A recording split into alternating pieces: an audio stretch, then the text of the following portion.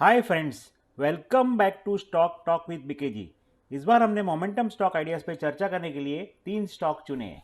केडीडीएल, जिसे कमना dial devices limited के नाम से भी जाना जाता है, Pokarna limited, GIC housing finance limited.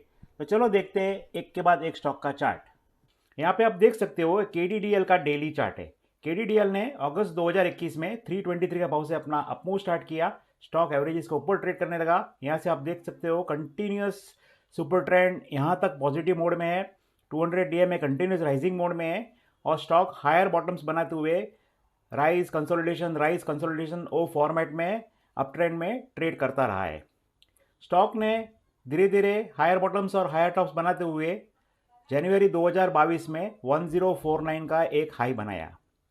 ये स्टॉक को एनालिसिस करने के लिए हमने केएसटी, रेट ऑफ चेंज और ऑन बैलेंस वॉल्यूम का सहारा लिया है।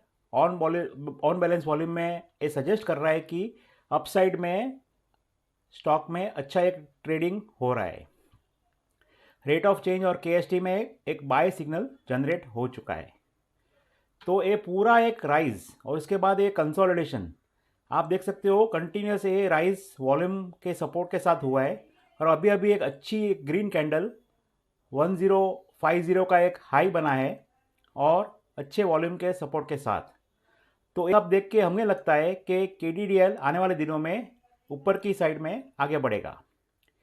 तो केडीडीएल लिमिटेड, जिसका करंट मार्केट प्राइस 1028 है, उसका आने वाले दिनों में टारगेट 1650 आ सकता है। और अगर ये स्टॉक बीच में नीचे आता है तो उसका बाय एरिया है 986, 947, 915, 884 और 865 और ए ट्रेड में 777 का स्टॉप लॉस रखना ज़रूरी है। तो ये है आज का अगला स्टॉक, पोकरना लिमिटेड।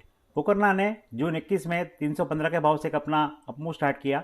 स्टॉक धीरे धीरे एवरेजेस के ऊपर ट्रेड करने लगा। सुपर ट्रेंड में यहाँ से पॉजिटिव मोड में आ गई और स्टॉक धीरे धीरे अप ट्रेंड में ट्रेड करके जनवरी 2022 में 795 का एक हाई बनाया। बीच में यहाँ पे एक वीक के लिए सुपर ट्रेंड नेगेटिव मोड में आ गई थी, लेकिन वापस वो पॉजिटिव मोड में आ गई। स्टॉक में 200 डीए में कंटिन्यूस राइजिंग मोड में है और स्टॉक एक पैटर्न में, जैसे कि राइज कंसोलिडेशन, राइज और वापस कंसोलिडेशन। यहाँ पे आपको दिसंबर से जनवरी एंड तक का कंसोलिडेशन दिखाई दे रहा है। ये स्टॉक को एनालिसिस करने के लिए हमने केएसटी, आरओसी और एडीएक्स का सहारा लिया है और तीनों में एक स्टॉक एक अपमूव की तैयारी कर चुका है, ऐसे संकेत मिल रहे हैं। अभी भी स्टॉक ने 3 ग्रीन कैंडल दिखाई है। लास्ट वाली ग्रीन कैंडल ये सपोर्टेड बाय वॉल्यूम्स 789 का हाई और हमें लगता है कि पूरा ये रेंज का ब्रेकआउट देके अगला हाई को पार करके स्टॉक आने वाले दिनों में आगे बढ़ेगा। तो पोकरना लिमिटेड, जिसका करंट मार्केट प्राइस 769 है, उसका आने वाले दिनों में टारगेट 1200 आ सकता है। और अगर ये स्टॉक बीच में नीचे आता है तो उसका बाय एरिया है 725, 685, 650, 616 और 597 और ए ट्रेड में 585 का स्टॉप लॉस रखना ज़रूरी है। और ये है आज का आखिरी stock, GIC housing finance limited. GIC ने जून 2017 में 623 का टॉप बना के एक डाउनफॉल स्टार्ट किया। लोअर टॉप्स बनते चले, लोअर बॉटम्स बनते चले। स्टॉक कंटिन्यूस एवरेजेस के नीचे और सुपर ट्रेंड के नीचे ट्रेड करने लगा। कभी वो पार नहीं कर पाया और कोविड की वजह से मार्च 20 में एक 52 का नया लो बना। उसके बाद स्टॉक में एक वैल्यू बाइंग आ गई। सुपर ट्रेंड यहाँ से पॉजिटिव मोड में आ गई और स्टॉक धीरे धीरे ऊपर की रेंज में ट्रेड करने लगा। आप देख सकते हो एक पूरा जो राइज है कपल्ड विथ सपोर्टिव वॉल्यूम्स।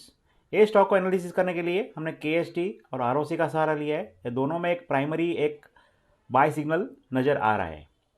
तो ये पूरा एक फॉल, उसके बाद ये राइज और अगस्त 21 में 203 का एक हाई, उसके बाद थोड़ा सा करेक्शन, वैलिड करेक्शन और उसके बाद एक कंसोलिडेशन, उसके बाद एक green candle coupled by volume.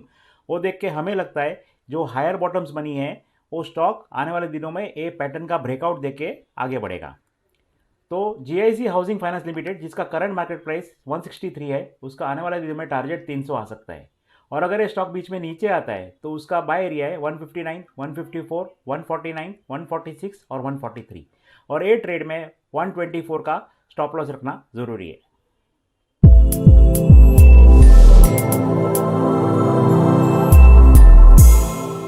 Investment in the securities market are subject to market risks. Read all the related documents carefully before investing.